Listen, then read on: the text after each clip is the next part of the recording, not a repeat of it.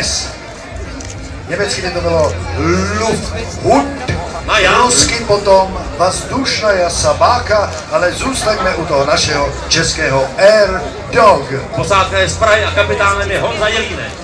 Poprosíme tým, aby si nachystal svůj stroj svého vzdušného psa. Tento Air Dog zdá se, že bude very hot. Tomáši, parametry jsou 5,5 na 1,2 metru. Představ si to. A co to pro nás znamená? To znamená, že nás čeká neobyčejný zážitek. Tak to jsem tušil. Takže... Já už bych možná vyzval tým, pokud je připraven, aby nám předvedl svoji nádhernou 30vteřinovou show. Jste připraveni k show? Můžeme odvávnout. DJ, prosím, hudbu.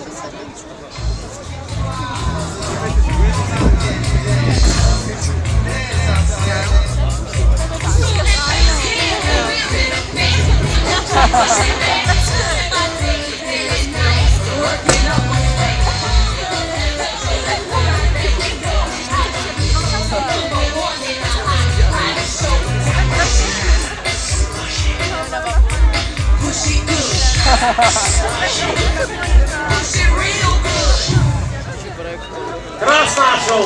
To jsou maličkou rvačkou, ale to nevadí, to si jenom dělali legraci. A nyní poprosím, aby se zaujali pozice svého stroje a brali se nebojácně Posádko kepsů.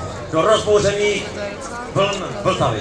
Pilot navléká se pružné elastické tělo mezi laťový, nijak husté laťový tohoto stroje Air Dog. Zaklesněte se tlačiči do latí kolních.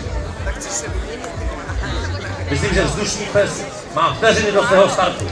Pilot se zapouští někam do prostoru mezi hořčici a kečup. Vidíme tam také trochu cibule, možná nějaká paprika.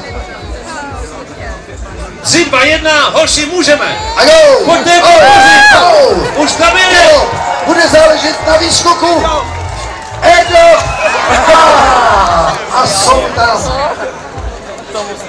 jsou tam, kde být chtěli. Co kečup a hořčice a majonéza, jak to dopadne? Celý tým. Majonéza jde první, hořčice, tý se moc nechce. Hořčice, co říkáš? A další člen týmu. Jseš plnotučná nebo jenom kremská? Kremská, dobře. A kečup tam skočil mezi tím. Opravdu? Ano. To jsem blázen. Nikdo ho tu nevidím. Hořčice to zapomněla. Tak a teď vidíte v krásném záběru budovu vlády, ta už tam není, teď je tam příjemnější pohled a to je na člun vyprošťovačů, kteří dělají svou práci, tedy vyprošťují. Jaké bude asi hodnocení poroty této posádky číslo 3? Jestliže můžeme, prosíme porotu o její vyjádření, tedy ortel. A hleďme, podívejme se na to. Jsou to krásné body a já ještě poprosím o pozornost. Míša Horký, zřejmě malý chlapec, čeká na svoji tetu Majku v sanitce. Ztratil se Míša Horký, ale pozor, mezi tím se našel a čeká na tetičku Majku v sanitce. Sám nevím, kde ta sanitka je, teto, ale vy už si ji určitě najdete. Teto Majko, hodně štěstí a teď čekáme, kdy budou odstraněny kusy již z vlhlé housky, která ještě před chvílí byla pěkně župavým obalem pro Air Dog, tedy posádky číslo 3. Ano, možná by nám Johnny Bravo mohl říct, jak je na tom kapitán a kečup. Johnny! Kapitán je tady, má tady dokonce na hrudi svoji GoPro kameru, takže uvidíme i opakovaný záběr toho, jak lítala majonéza z hořčicí a všechno okolo. Zeptám se, kamaráde, ty jsi byl naprosto vyděšený, když jsem sledoval tvůj pohled, řídil se z dolů, bylo to naprosto šílený. Popiš divákům, jak to vypadá, když se řídíš z té rampy dolů. Dolů letět je úplně v pohodě, já nejsem byl kapitán, kapitán je ten, kdo letěl, jo? Tak o něj, aby se mi něco nestalo.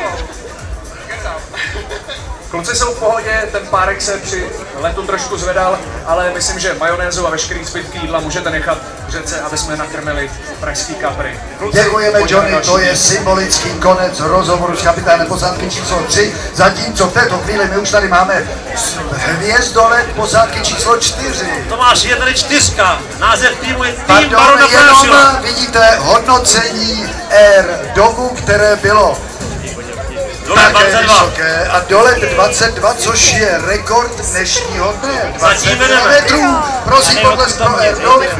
22 dlouhých metrů, za show 26, a krát Vitálek 28.